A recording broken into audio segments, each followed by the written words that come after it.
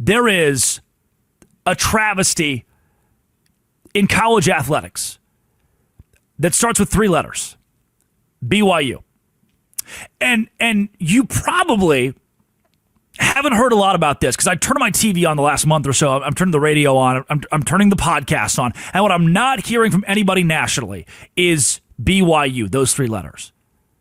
And I'm confused because BYU was omitted from the college football playoff.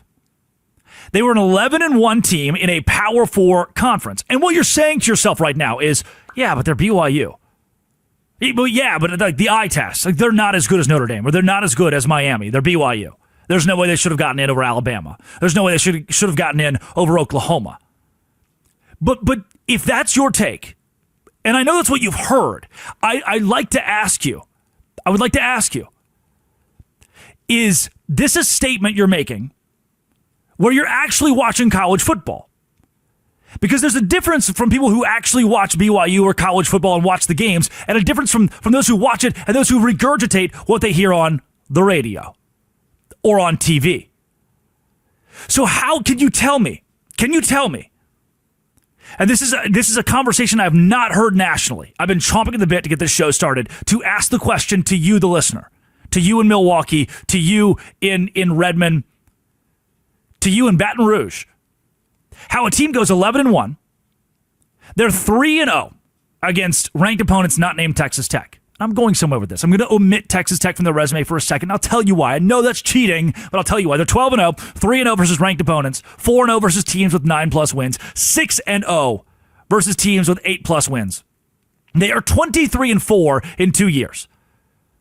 And this is one of the strangest stories in all of sports. Now, yes, they lost to Texas Tech, who's number 4 in the country. But here's what I know about that. It means BYU could very well be the number 6 team in the country, number 7 team in the country. And you're sitting in your car right now. You're sitting in the office. You're sitting somewhere and you're saying, that's stupid. If you lose to number 4 and you get blown out, you're probably not the number 5 team in the country, number 6 team in the country, number 8 team in the country. You're probably way further than that. Oh. Here's why I'd like to poke a hole in that. Do you remember? Do you remember when Clemson went to the national championship game and beat Alabama by 20? That was during the college football playoff era. Bama was good enough to win a playoff game. They were probably the second best team in the country. But they were still 20 points behind Trevor Lawrence and Clemson. Well, do you remember when Ohio State's gone to the national championship game? Do you remember when Alabama's gone to the national championship game against Ohio State and blown them out? There's a very good chance Ohio State, who won a playoff game, is the second best team in the country. They're still 20+ points worse than the number 1 team. We live in a college football world where teams who are separated by 20 points on any given Saturday, can be right next to each other in the rankings. And before you tell me that I'm wrong and before you think I'm crazy, I'm asking you to open your mind to what I'm saying. That the number 1 team in America won a college football playoff game, went to the national championship, Clemson. The number 2 team in America won a college football playoff game, went to the national championship, Alabama. And Clemson beat that Alabama team, beat their brakes off. There is a 20-point gap right there, right, from number 1 to number 2. So who's to say for BYU, their only 2 losses this year were to the same Texas Tech team who's number 4. Who's to say, given that fact, BYU isn't number 5? And so then you'll say metrics. EPA efficiency, strength of record, strength of schedule. May I lend me your ear? BYU had a better overall record, 11-1, than Notre Dame, who was 10-2. Better overall record, 11-1, than a team in Miami that was 10-2. Miami's 2 losses were to SMU and Louisville. What do you know about SMU and Louisville? Probably not much.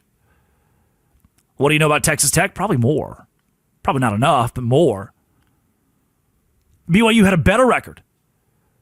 The strength of record for BYU was 6 spots ahead of Miami and Notre Dame. The strength of schedule for BYU was ahead of Miami and Notre Dame. But when the selection committee met, it's the same BYU team that beat Georgia Tech. A gutsy win against Georgia Tech. And that's a Georgia Tech team that, with 3 weeks left in the season, we thought would be in the playoff. It's a very good Georgia Tech team.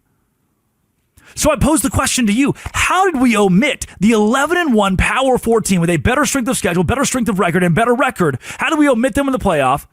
But Miami and Notre Dame were the conversation pieces. I'm not even worried about Tulane and James Madison. This is not part of that conversation. That will be had later. I'm asking, based on what could that team be left out? We just saw them win on Saturday. Based on what could that team be left out? And you may say, well, BYU's just worse than Miami, or BYU's just worse than Notre Dame. And my question would be, well, but how? I'm looking at the numbers. I'm looking at the efficiencies. I'm looking at the strength of record and strength of schedule. The metrics you tell me matter, and they are worse. Notre Dame is worse, and Miami's worse than BYU in those categories. Yeah, well, BYU's the worst team. How? Because someone else told you so? Because of the eye test, the faulty eye test? For me, that's what I want the Drake Toll show to be. That's what I want this show to be. When you feel like your team in the NBA, in the NFL, in the MLB, in the NHL, in college football, in college basketball, in college softball, in swimming, when you feel like your favorite entity, your favorite team, your favorite program is underrepresented, under-talked about, you turn on the major networks, you turn on the radio station, and you don't hear them spoken. You don't see them on the graphic. And you think, my favorite team's good. The Jaguars are good. Where do I go to hear someone tell me that? I need to hear that from a national voice. Look, I'm more than happy when the Cowboys are great, when the Lakers are great, when the Yankees are great, to wax poetic about greatness in sports. I love dynasties. I love greatness in sports. But when I see a school lose its starting quarterback in the middle of the summer due to what was reported as sexual assault, Jake Retzlaff at BYU later comes back. He says it was consensual, a consensual relationship. Everything is cleared off the table.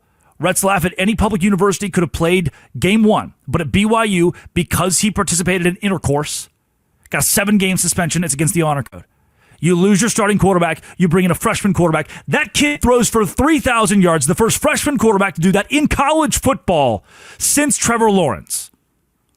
Radio silence from America. That's what this show is for. Why is no one talking about this? I ask myself that about a lot in sports. Why is no one talking about this? And sure, you can turn on any program you want today. The Bills, the Eagles, the Ravens, the Steelers, the Patriots, 49ers, Bears. You can turn on this show, and that will all be there. But on top of that, I want to take the holes, fill the holes of what's missing, what you're not getting. That's what the Drake Toll Show is.